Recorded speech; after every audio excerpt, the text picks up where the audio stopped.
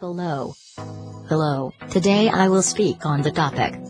Kirk Gibson recalls Michigan Big Ten title 1978 states. East Lansing, despite his toughness and tenacity, Kirk Gibson nearly came to tears.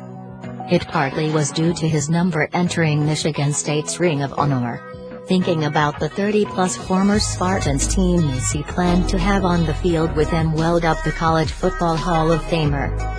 As far as me going up there, it's cool.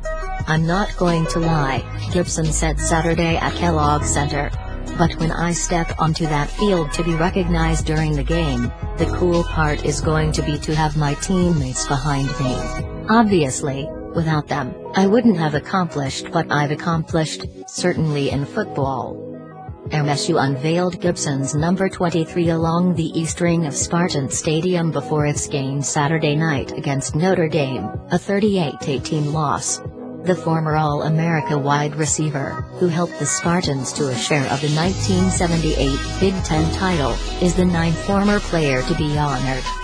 Gibson and the Spartans were prevented from going to the Rose Bowl his senior season because of NCAA probation. He knew that reality when he made the Tigers allow him to play his final year of football at MSU after being drafted in the first round in the spring of 1978. With Gibson teaming with quarterback Eddie Smith that fall, the duo shattered a number of school passing and receiving records as the Spartans won a share of their first Big Ten championship since 1966, going 8-3 overall and 7-1 in the league to finish with a number 12 national ranking. Gibson earned first-team All-America and All-Conference recognition by catching 42 passes for 806 yards with 7 touchdowns. He broke his previous single-season school record he established in 1976 as a sophomore. "We were on probation for 3 years. We got kicked in the groin," said Gibson, a former Tiger star who played 17 years in the majors and managed the Arizona Diamondbacks. "But the guys that stuck it out, they're Spartans. We ended up winning that Big Ten championship. We didn't run, we stuck together, we toughed it out. We realized what we had in front of us, and we dealt with it. And that's what you gotta do."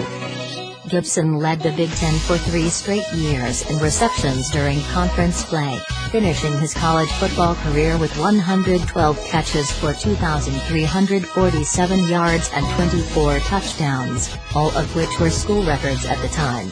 His 21 yards per catch remain number 1 all-time at MSU, and his TD total is 3rd and his total receiving yards remain 4th. Gibson joined MSU president Lou Anna K. Simon, former football coach George Furley's, athletic director Mark Hollis and former Tigers teammate Alan Trammell before the game to announce his Jibby and Friends vs. Sparky campaign.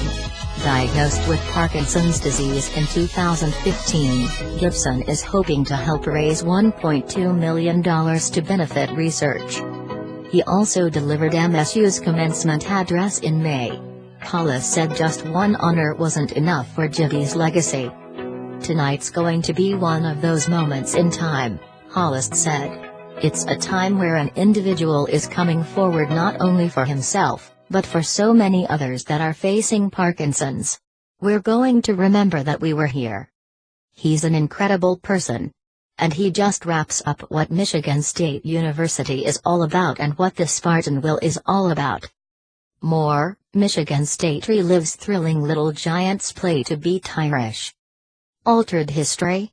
Former Notre Dame quarterback Terry Hanratty, who started the epic 10-10 tie game in 1966 at Spartan Stadium, almost was a Spartan.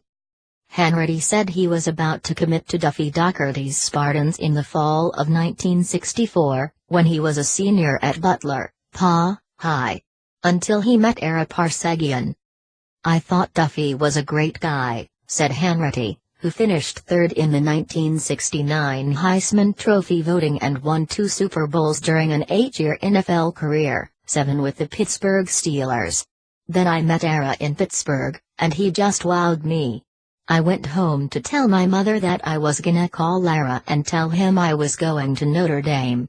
And she said, 'But what are you gonna do with Coach Doherty?' Well, I was going to call him. I'm a 17-year-old kid at the time, and I said this is going to be a miserable call. But I call him up, and for the next 20 minutes, he told me what a great school Notre Dame was and what a great coach Era was. He made that call so easy for this 17-year-old kid. And I've respected him ever since. Hanratty got knocked out of the 1966 game with a shoulder injury in the first quarter after a mammoth hit from Bubba Smith. He would go on to lose, 24-14, to the Spartans in 1967, but Hanratty and the Irish finally got the win over Doherty during his senior year, 21-17, in 1968.